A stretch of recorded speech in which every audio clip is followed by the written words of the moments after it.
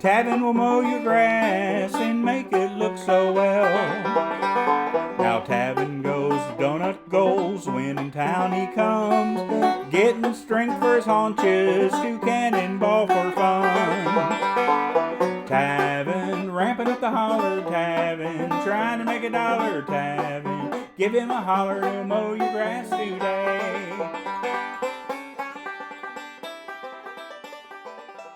Hey y'all guys, it's a new week, and it's a new day, and it's a new episode of the Tavin Dillard Podcast, and you have joined me, yours truly, I'm Tavin Dillard. And I'm glad you're here today. I sure hope it's going well for you. We in episode 8 of this season's. It's the fall's times. Get a little bit cooler lately. Got a little bit cooler. I know there's been weather all over the country, and the Floridas and the East Coast has had, the hurricanes and stuff. I hope y'all's doing okay and staying safe out there. Appreciate you. I heard from Daniel a couple weeks ago in East Tennessee. He's thanking me for the podcast, and he wasn't sure he's going to be able to listen because of the power outages over there in the East Tennessees. And hey, Daniel, I appreciate you. I'm glad that you could enjoy the podcast in the middle of the trouble and the weather over there. And I know there's a lot of roads, that are washed out and all that kind of thing. And so I appreciate you reaching out. I'm glad I could be a little teeny tiny bit of help during all that time for you. So thank y'all for joining me. I've got Tavin's Lawn Care Services, a mowing, edging, grass cutting legend. And here we are. We had another week in town. I sure did. A little flea market mystery happened with Jerry, Don, and Cybil Farnhart. Boy, you like solving mysteries. They had to solve one this week, and they figured it out. Boy, the truth came out. But it took a little bit. And of course, Team Burger Shed, we had our last game before playoffs is supposed to start. So I'm going to let you know how our season wrapped up. And I appreciate you, tracking with me all season long, keeping my haunches limber, real limber. I did a video last week with a chocolate glaze with the Halloween, October's fall colored sprinkles on it, like a fall donut from the Krispy Kremes. And folks got opinions. Boy, some folks are like, boy, that ain't a good donut, and I was like, well, all I know is I tried it and it tastes like a chocolate glaze to me, and it's good. It got some strength from it, I'll tell you that right now. And got some just what's going on. I announced a cruise here and there lately, and of course we a year out on that thing. But if you want to consider, see what all's going on with the cruise, you'll see a link in the show notes today down there for the Tavin cruise. Me and Norwegian Cruise Lines, and it's going to be a hoot in about a year. Entertainment on the boat, I'll be there, and we've got some nightly events going on. Of course, cruise ships got all kinds of things that I ain't bringing. They got their water slide and zip line and food and little stops along the way in the Western Caribbean. So anyhow, that's something you can look at. I got some more Tavin bacon bags this week. I got a couple more bags myself, and that's a good idea. If you got a birthday or a gift giving, I guess you could do it for the Halloweens. If you just want to drop a slice of bacon in people's goodie bags, it's hard to give away. Once you open a bag, kind of just want to tear into it and eat it. But anyhow, I got Tavin's bacon bags. You'll see that down there today, and then all them shirts. Butter bacon 20 out 24. I don't know if you heard, if you read the newspaper headlines or you got a friend that's from the city and knows what's going on. They got their ear to the ground, but there's a presidential elections this year in next month, and I've been campaigning for butter and bacon 2024. Anyway, so in the show notes today, you'll see the campaign shirt and you'll see the other ones. There's 6 I mentioned over the course of the, last month or so that we discontinuing, and the sizes are starting to go away. So it's like if you want one of them I mentioned, like It's Away, Like That Away shirt is going, Watermelon Helmet, the Tavin Dillard Podcast shirt is going, the Butter Bacon 20 out 24 is going, B.O. Sandwich, bacon only sandwich is going, and the turkey salmon. Them 6 So I don't know what sizes are left. I know some are getting kind of, here and there on that. So if you want to pick one of them up, and it says they're still available, then they're still available. But if you try to select your size and say it's gone, well, it's gone, y'all guys. We phasing them shirts out. And then, of course, you can see all the other shirts that are on there, too. Got the Burger Shed shirt. That might be one you want to wear. Crow Funyun. Early Bird Gets the Perm in a couple different colors. Pickle Boone in a couple different colors. Bank shirt. Got Donut Goals shirt. Got Donuts for Your Haunches shirt. There's a couple donut shirts. I mean, there's a lot, to choose from if you want to get into that. So that's in the show notes today too. And of course you can email me at tabandillard@gmail.com. Maybe show stuff if you need a live show, getting cranking on that. I did have an announcement this week. My friend Jamie French, she does them shows. She got a tour and she asked me to help out. So I'm going to be in Los Angeles, California, November the 7th. So that's less than a month away. I think it's called the Fine Arts Theater in Los Angeles, California. Opening for Jamie French. I done videos with my cousin Tammy, and Jamie knows Tammy too. And Tammy and I do some phone calls, and you might have seen them videos on my site or Jamie's site. But anyhow, I'll put a link to that, to the tickets to that show in Los Angeles. I'm opening, so I'll be there for a few minutes, and then Jamie got her show. But if you in I don't know how many people have reached out to me. When are you coming to Southern California? When are you going to do a show? So, I mean, that's it right now. So I'm saying, if you over in San Diego, drive up. I know that's a couple hours, but if you in the Southern California area, Pasadena, Rancho Cucamongas, Orange County, the Huntington Beach, the Irvines. Do I know any more towns over there? Los Angeles, then there's all them things around it, them little towns, the San Gabriel Valley. Anyways, I don't have to be a Thomas guide to Southern California for you. You know where you live if you're Southern California. And I bet most people that live down in Southern California have heard of Los Angeles, and they know how far they live from there, so you can figure out the math. But anyhow, I'll be opening for Jamie French at the Fine Arts Theater in Los Angeles, November the 7th. Love to see you there. And then finally, if you want to text message me, you can do that. 501-322-6249. You heard that right, 501-322-6249. So there's plenty going on in the show notes today. Can we recap just for a moment, please? Can we recap? Okay. You'll see a link for the Tavin's Bacon bags. You'll see a link for all them shirts of mine. And it also takes you to hats and hoodies and all that kind of thing too. If you got some gifts to give. And then I'll put the personal video greeting link. I didn't mention that, but I'll put that down there. And of course, the Tavin Cruise. And then maybe at the top, I'll do the tickets to the show if that's on your mind and you in the Southern California area near Los Angeles. We just had that conversation. So that'll be down there. And of course, email and phone number. There we go.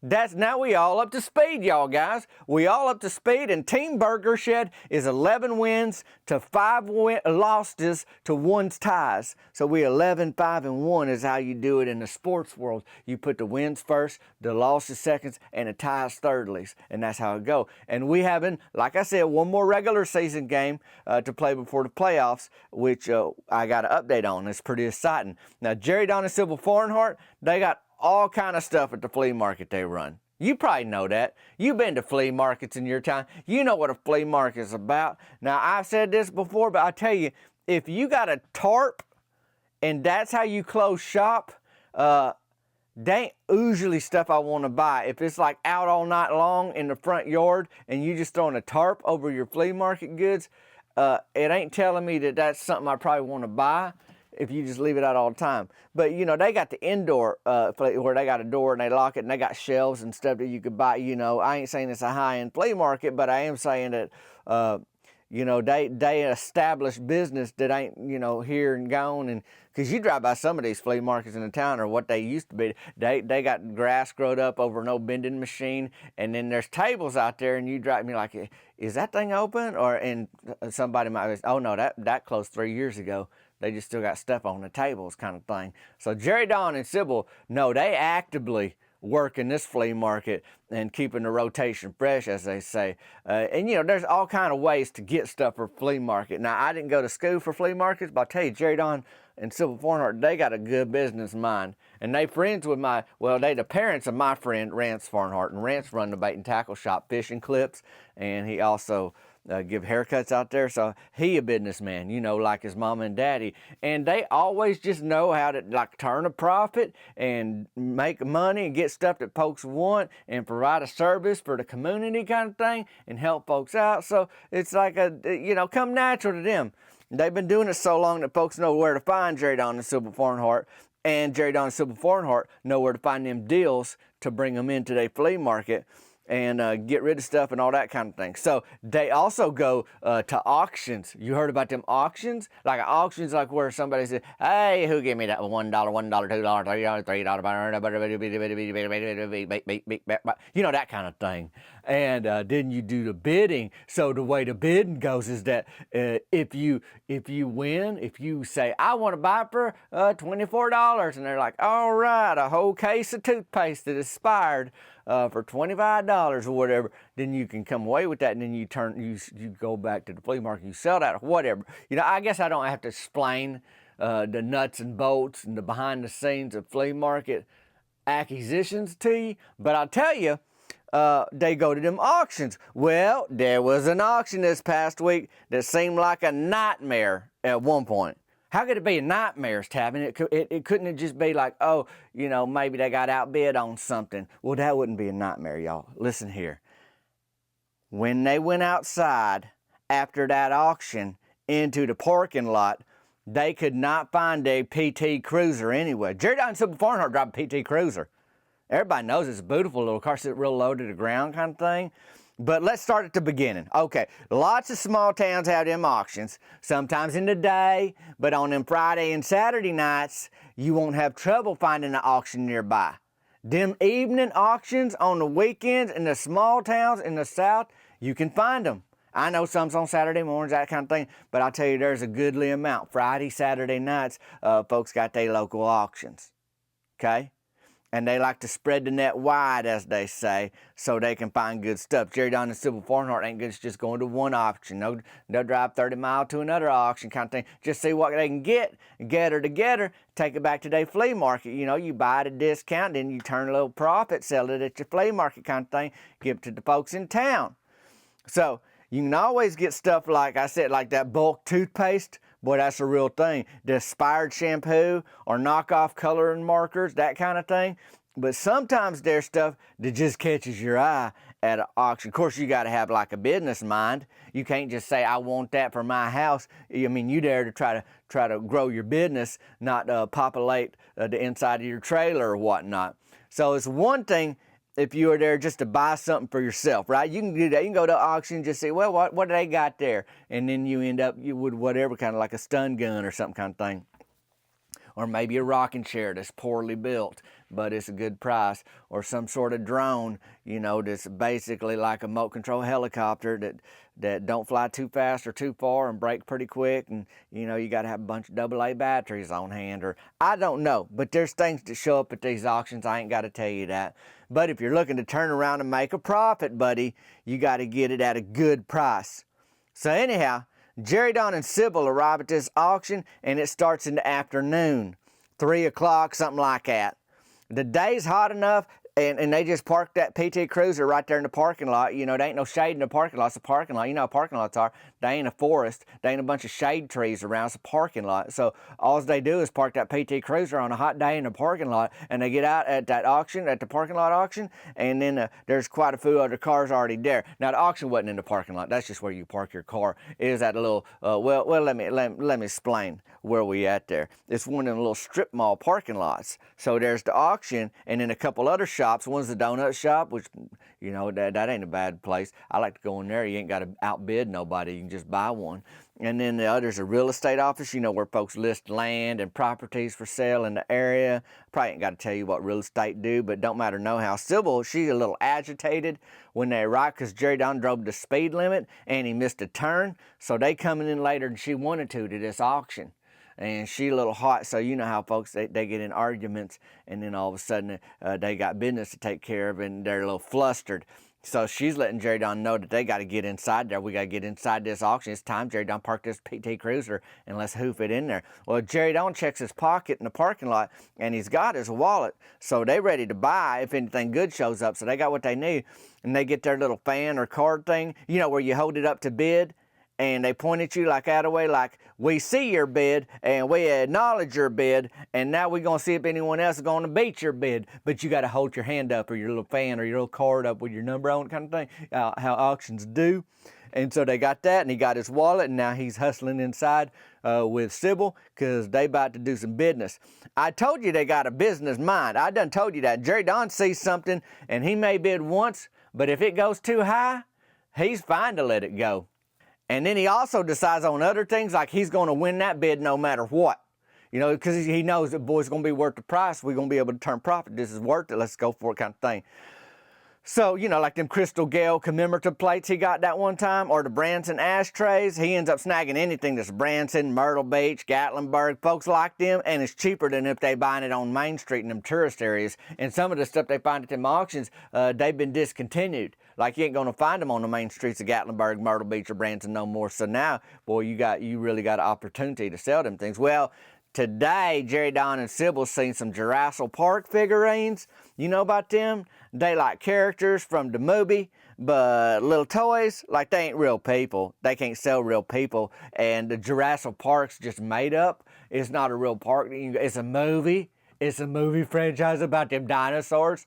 They got all them dinosaurs in that movie. Well, so some of them dinosaurs was in this thing of toys. So there's figurines from people that's in the movie, but then figurines from dinosaurs. There's, you know, the Tyrannosaurus Rex and the Velociraptors, like a couple dinosaurs toys. And Jerry Don knew there's some kiddos in our town that would love to get their hands on them. So Jerry Don bids for a box of these toys, and they start to bid at $5 for the whole box. Boy, that's a deal.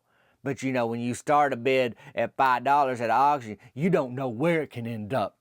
Buddy, it'd take off like a rocket ship.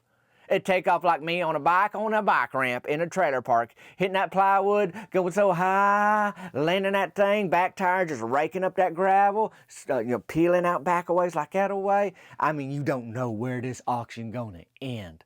So right now we got $5 for a box of Jurassic Park toys, and Jerry Don's on it. Somebody done bid $7.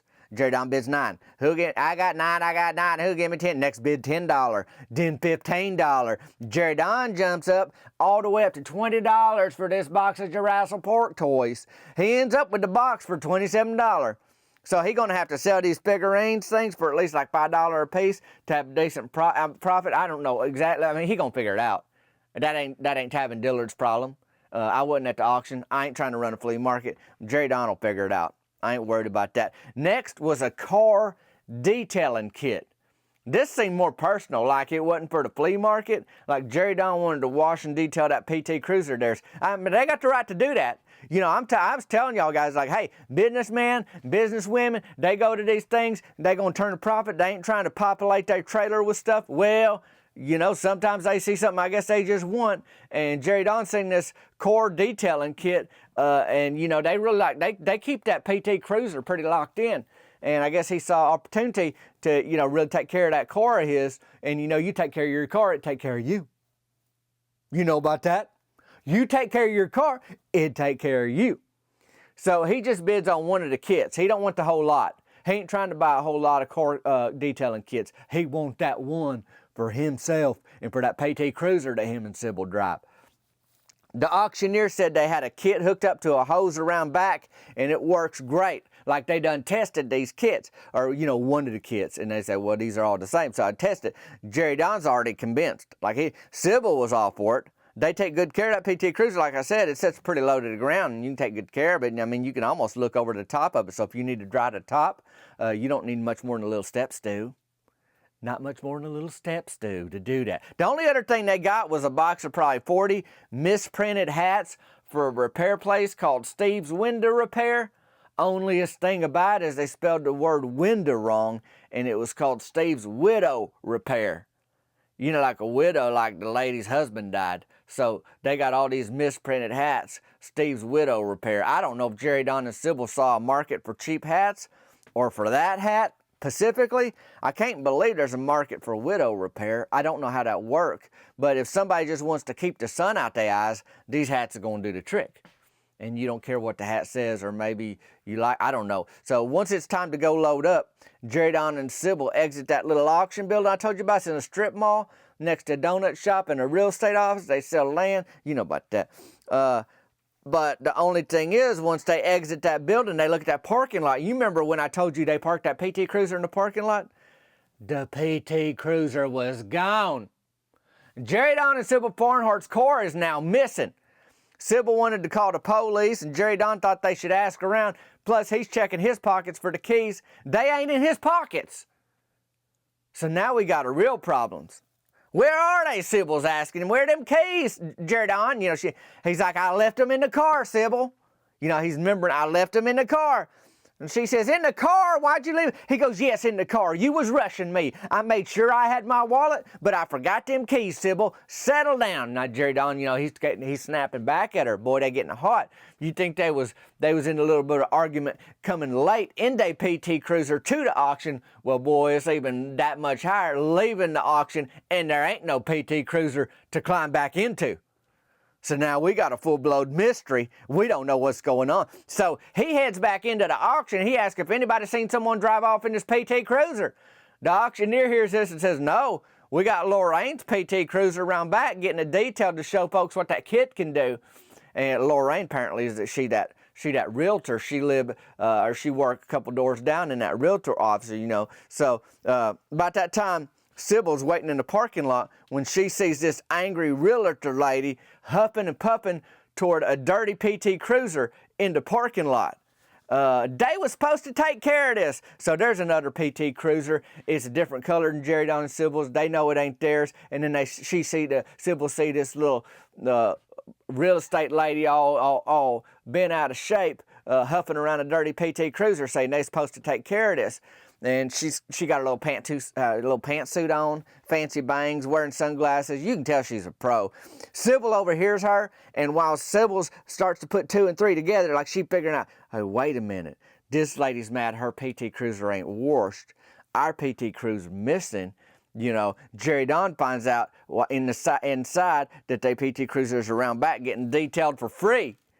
I guess he didn't need to buy that kit. Apparently, Jerry, Don, and Cybil had the same taste in cars as the realtor next to the auction business. Says a lot for their taste. It really do. They end up detailing her car, too, because they told her they would, and the Farnharts came out ahead.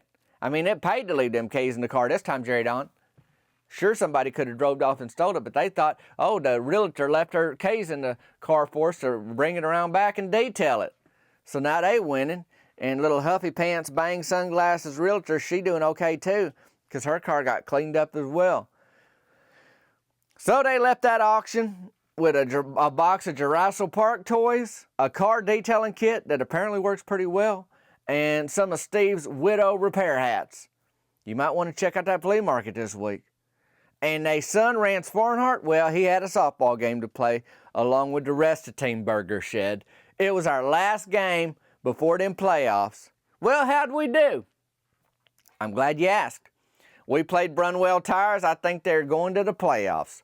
We found that out this week. We'll be going too.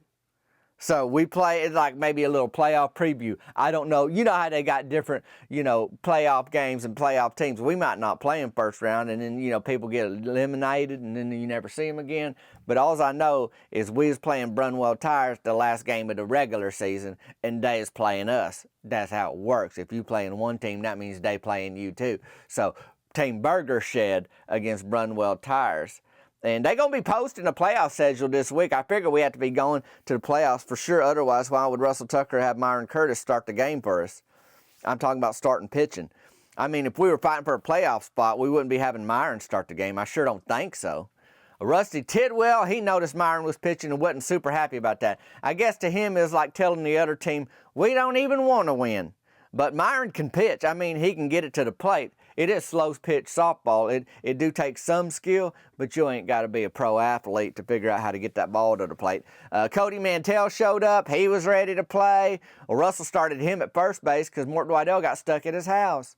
He's out on that 2-lane. They got a front yard trampoline on outside of town. Well, it don't matter no how. Somehow he and his wife both drove their cars to town. Then they went home together later in that day, and then they forgot they left that other car in town. So she left, and Mort was stuck because he was at the house when she drove away, and she had to work late at Uptown Gal. That's the women's clothing store in town that she worked at. Meanwhile, I like to try to get a pair of creased breeches at a discount price over there. Anyhow, Cricket ended up going to pick him up, my gal Cricket, but that was like the 5th inning when they got that all sorted out. When he showed up finally, his 5th inning, I said, Cody, you know, like I told you, he was at first base. He's fought Lonnie Brunwell before. Cody don't really fight like that no more. He's a fellow with a handle on his temper now, so he's holding down first base over there. Myron Curtis only gives up 3 runs in the first 2 innings. And any pitcher, truth be told, giving up 3 runs against Brunwell Tires in 2-3 innings, that ain't bad. It ain't terrible. Kind of respectable. I got hit by a pitch. I stole second head first in the 3rd inning.